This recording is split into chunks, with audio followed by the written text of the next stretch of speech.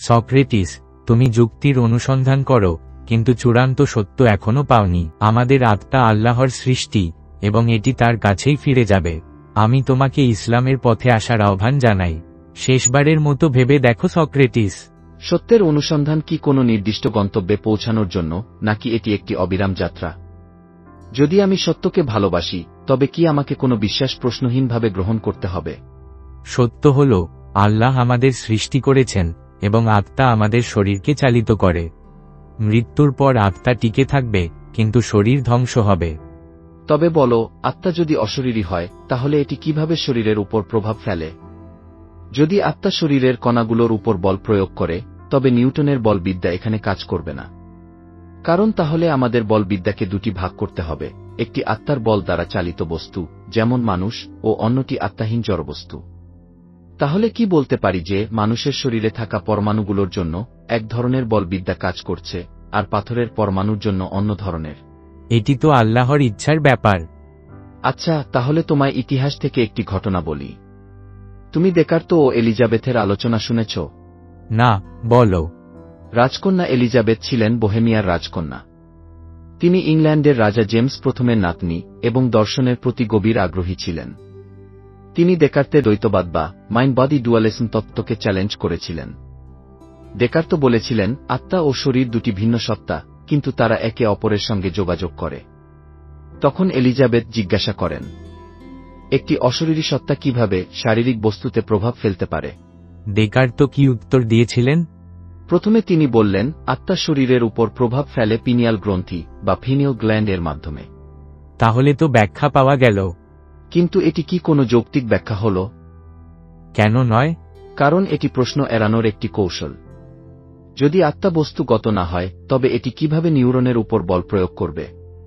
যদি এটি নিউরনে বল প্রয়োগ করতে পারে, তবে সেটি পদার্থের মতো আচরণ করছে, যা দ্বৈতবাদ বা ডুয়ালিজমকে বাতিল করে দেয়।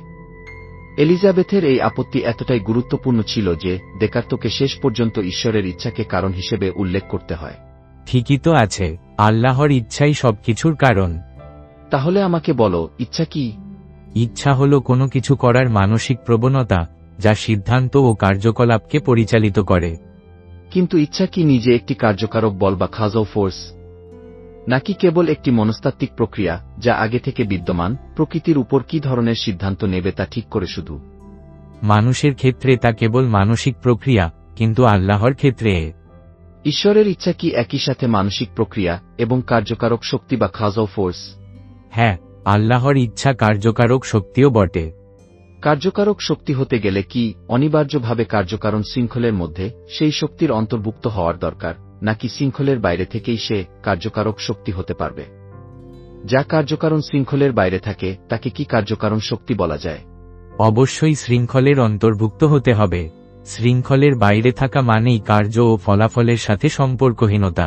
যদি কোনো শক্তিকে কারণ হিসাবে দাবি করা হয়, কিন্তু ফলের সাথে কার্যকারণ শৃঙ্খল দ্বারা যুক্ত না থাকে, তবে আমরা তাকে কার্যকারণ শক্তি বলতে পারব না।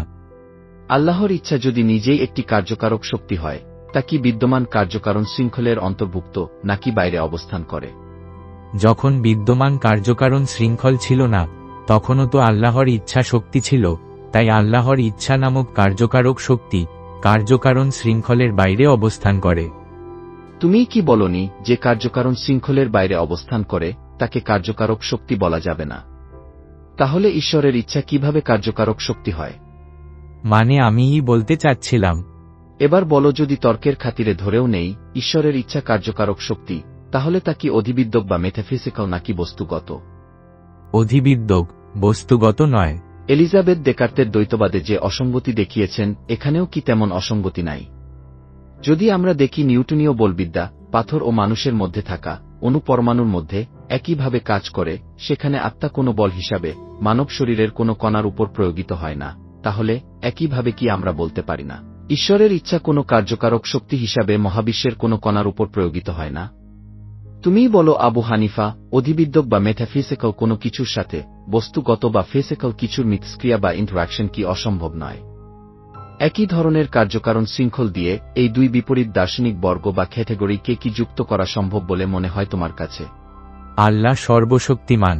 আল্লাহ চাইলে এই দুই ভিন্ন ও বিপরীত দার্শনিক বর্গকে একটু জোরে চেপে দিলেই তারা একাকার হয়ে যাবে। হা হা হা, আবু হানিফা তুমি সব গুলিয়ে ফেলছ। এই দুটো দার্শনিক বর্গকে যুক্ত করা সম্ভব নয়, কারণ এরা সংজ্ঞাগতভাবেই বিপরীত। তোমার আল্লাহর অবস্থা হয়েছে রাজা মিডাসের মতন, যিনি কোনো কিছুই অবিকল রেখে স্পর্শ করতে পারেন না। যা স্পর্শ করতে যান তাই স্বর্ণ হয়ে যায়। এখানে একই কার্যকারণ শৃঙ্খলে তোমার আল্লাহকে কারণ ও মহাবিশ্বকে ফলাফল হিসাবে দেখাতে গেলে হয় উভয়কেই অধিবিদ্যক হতে হবে, আর না হয় উভয়কেই বস্তুগত হতে হবে। আচ্ছা ঠিক আছে, বুঝলাম। আল্লাহর কার্যকারণ শৃঙ্খলকে কোনো রকম পাত্তা না দিয়েই শূন্য থেকে মহাবিশ্বকে অস্তিত্বে এনেছেন। তিনি বলেছেন কুন ফায়া কুন, মহাবিশ্ব হয়ে গেছে। ব্যাস, লাউড অ্যান্ড ক্লিয়ার। আল্লাহর কার্যকারণ ফলাফল সবকিছুর ঊর্ধ্বে। সে কি হানিফার বাপ? সারা জীবনই তো বলে আসলে আল্লাহ প্রথম কারণ, কার্যকারণের ঊর্ধ্বে বললে সে আবার প্রথম কারণ হয় কিভাবে? তুমি এ কেমন পল্টি নিলে? না না, আল্লাহ একই সাথে প্রথম কারণ, আবার একই সাথে কার্যকারণ শৃঙ্খলের ঊর্ধ্বে। যা একই সাথে দুই বিপরীত বৈশিষ্ট্য ধারণ করে তার অস্তিত্ব কি সম্ভব? না, আল্লাহ একই সাথে সম্ভব এবং অসম্ভব উভয়ই। যা একই সাথে সম্ভব ও অসম্ভব তা কি সম্ভব? আল্লাহ একই সাথে মানে